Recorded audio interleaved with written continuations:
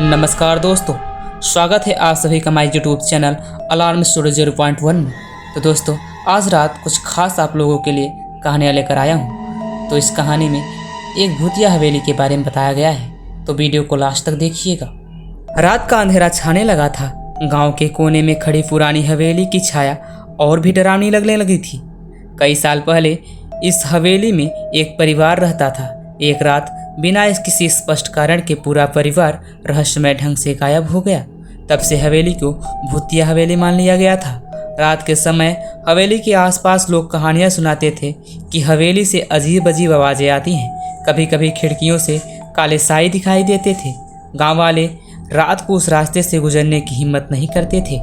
एक दिन एक साहसी युवक रमेश ने तय किया कि वह हवेली की सच्चाई का पता लगाएगा। रात के अंधेरे में वह हवेली की ओर बढ़ा। हवेली के दरवाजे पर पहुंचते ही उसने अजीब सी ठंडी हवा महसूस की। उसने अपनी टार्च जलाई और हवेली के अंदर दाखिल हुआ। अंधेरे में कमरे के कोने में चुपचाप आवाज़ें आ रही थी। रमेश ने महसूस किया कि कोई उसकी निगरानी कर रहा है। वह अचानक एक कमरे में पहुंचा जहां एक पुराना चूल्हा जल रहा था। चूल्हे के पास एक पुरानी किताब खुली हुई थी। जैसे ही उसने किताब की ओर देखा, उसके दिल की धड़कन तेज हो गई।